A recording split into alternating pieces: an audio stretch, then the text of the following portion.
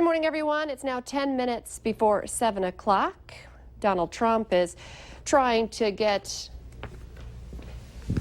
his campaign back on track this morning amid signs of turmoil within the GOP.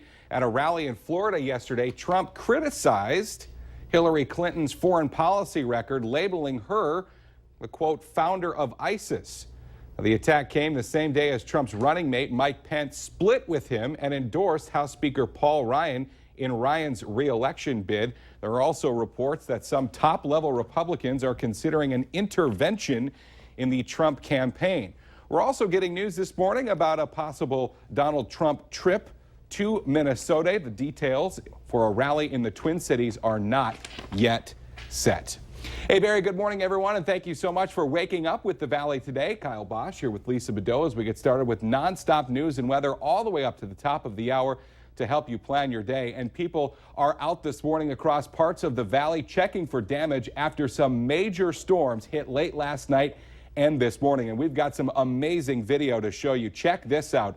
This is storm chaser video of a massive twister that touched down near Bisbee, North Dakota. The video comes from Kelly Williamson from the Weather Channel. We've already heard reports of power lines down, large hail, and street flooding in that area. Towner County authorities reported down trees and farm buildings, but no injuries near Bisbee.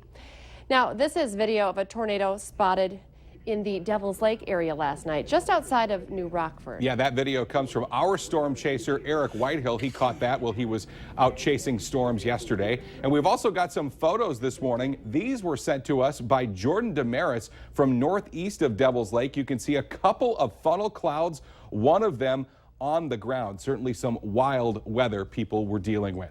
Well, people not just dealing with wild weather in northern Minnesota. In the city of Monaga, many people are being told to stay indoors until storm debris can be cleaned up after storms rolled through overnight. Check out just some of the damage that we're seeing this morning. We got this picture from one of our viewers. Yeah, some roads are closed. There are a number of power poles down. Power is still out in a good portion of town. Crews have been working throughout the night to make repairs. Well, as for what our weather is going to be like this morning and throughout the rest of this Thursday, we want to send it right over to meteorologist Lisa Green for weather and traffic on the ones. Good morning. Things are looking better, but we still do have some rain and even some thunder showers in the valley. Just the trailing end of this system where we've got this broken line of showers stretching from around the Baudette area through Bemidji and parts of Lakes Country. A little lightning strike in southwestern parts, or southeastern parts rather, of Otter Tail County. In Fargo-Moorhead, we've seen some showers passing through, looking a little quieter, even though there's still a couple of blips popping up there west of the metro. And then into Clay County, a little line of showers stretching down toward the Barnesville area there. A little farther south and west into southeastern North Dakota, a couple more cells that have popped up, one right over I-29 there in southern Richland County. And Winter, you're about to see a rain shower that has at least one lightning strike associated with it over the last 15 minutes. That's going to be passing through your area. So you may run into a couple of these as you're heading out the door this morning, but most of us on the drying side here for today. 68 degrees in Fargo, 64 in Grand Forks. We're looking at some 60s for just about everybody to start off your morning. It will be a breezy one today, though. We're seeing the wind pick up in some spots, especially closer to that center of low pressure, which will be passing by to the north. We'll see that wind a little bit stronger there. Roseau, a gust to 23 right now, 32-mile-per-hour gust in Devil's Lake. In Fargo, temperatures are going to be in the 70s to some low 80s for today with some partly cloudy skies. Expect some areas up north, especially where we may have a few more clouds and again a couple of raindrops as that wraparound moisture around that low moves through. A breezy day today, as I mentioned, with temperatures that are going to be in the 70s to some low 80s. For Friday, we'll also be on the pleasant side with a low 80-degree temperature for us as well.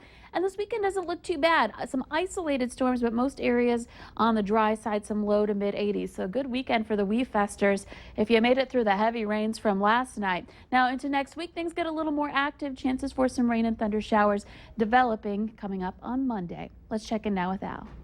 I'm on Interstate 94 and I am just entering the construction zone in Moorhead. I just got passed by a guy in a gray Volkswagen sedan and he was texting and he was all over the darn road.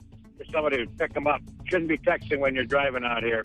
And I mean, he was all over the road. And there's a lot of traffic out here this morning, particularly westbound on Interstate 94. Eastbound not quite as busy, but still fairly active. I-29 northbound, wow, a lot of traffic out there. Very, very busy. Drive carefully today. Don't do like that texter guy. Willamette Valley today traffic. It's now 5 minutes before 7. A look at some more of that wild weather video from last night. Tornadoes were not the only issue. This was Crookston around 11 last night, where the storm dropped several inches of rain. Yeah, that prompted flash flood warnings and caused street flooding in the Grand Forks and Crookston areas. Some areas of the Northern Valley are reporting more than 3 inches of rain from the storm. And you may be waking up to some flashing clocks after the storms hit Fargo around 12:30 last night and knocked out power for about 15,000 people in South Moorhead. Moorhead Public Service says the outage was caused by a lightning strike to a transmission line. The power was back on by around 1:20 this morning. Well, the show is certainly starting with a bang, or at least this overnight started with a bang for people who are already camping at WeFest. But things really get going today with all the great concerts. The official kickoff to WeFest is today. And we find the Valley Today's Christy Larson live this morning from Sioux Pass Ranch up on the a huge stage. It must be fun just to be up there this morning. Good morning, Christy. Yeah, it is, guys. I mean, it's so cool to be up here and see exactly what the artists are doing and looking out on here on. But we actually have some big breaking news for you guys. Mark Bierke is here with me this morning, and he actually said he would say it first on our station here. I just wanted to first show off. Yesterday we were at Harley Davidson. They gave me this shirt to show off that they have their picture on the back, and you have some announcements to make? Well, we're co-branding some merchandise with Harley Davidson. They're going to be 2017 for our 35th anniversary. We're welcoming them to our WeFest team, and if you play the scavenger hunt on the WeFest app throughout the year, we're giving away a brand new 2017 Harley Davidson motorcycle. I like the sound of that, and especially with how many people are going to be out here with those apps playing it all year round. I'm sure that there will be a couple people who are in the drawing for that winning. Oh yes, yeah. We'll have anybody that gathers enough points will be in the drawing, and it'll be a random drawing for the 2017 Harley Davidson. And you guys are always looking forward to the next year, but this year you guys have a lot of great big things. Kid Rock with his military appreciation, and then you have Tim McGraw. I mean, so many great people, and of course you guys are hoping for great attendance once again. Well, yeah, if you notice, the buses just rolled in here, so Eric Church and his crew are getting ready to be on site here, and we'll start loading up the stage. So yeah, big show tonight and big show every night at WeFest. Yeah, and you can go and look at more information online, valleynewslive.com. Click on that hot button, and guys, we love breaking news on our channel, so I think that's a pretty big deal that they're giving away a motorcycle next year, and I'm pretty excited. We're looking forward to this year and next year at the same time. Yeah, that's huge. Yeah. WeFest, so much fun. Even already looking forward to next Exactly. year. We're just getting going this Haven't weekend. even started just yet. Thank you, Christy. Kids playing Pokemon Go could be potential targets for child sex offenders. That's why the governor of New York is banning sex offenders from the game as a new condition under their parole. Yeah, a sex offender can download Pokemon Go and pinpoint where a lot of children go to hang out, then try and meet them in person. Or what's maybe even more disturbing, users can drop lures in the game. That attracts Pokemon and other users to a specific spot. Now, we did talk with some Pokemon Go players about safety, and they said it's important to only go to lures that are in public places, only go during the day, and only go with other people. Charges are expected in the next day or so against a person arrested for allegedly passing counterfeit money around the Fargo area. Detectives tracked 2 people to a South Fargo apartment building yesterday after they allegedly passed some of that counterfeit cash at a local business. Now, when officers arrived, the suspects ran off. Police were able to arrest one. The other got away, but police say they do know who they are looking for. And breaking news now. We now know the woman killed in a stabbing in London was an American.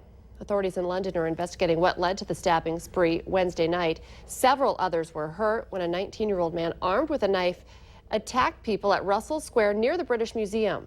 The man, who may be mentally ill, is in police custody. Let's get our answer now to our question of the morning on Facebook. Almost half of women surveyed say they find it very attractive when a potential love interest knows how to do this. The answer: iron clothes. If you want to take part in our question in the morning, all you have to do is head to our Valley News Live Facebook page and join the conversation. WeFesters in for it looks like a pretty good week there, Lisa Green. Yeah, not too bad. Last night was probably the toughest you're going to be dealing with out at WeFest. It looks better in the forecast, maybe a few storms this weekend. Thanks for waking up with the Valley today. More local news and weather for you right here in just 25 minutes. Have a great Thursday, everybody. We will see you tomorrow morning.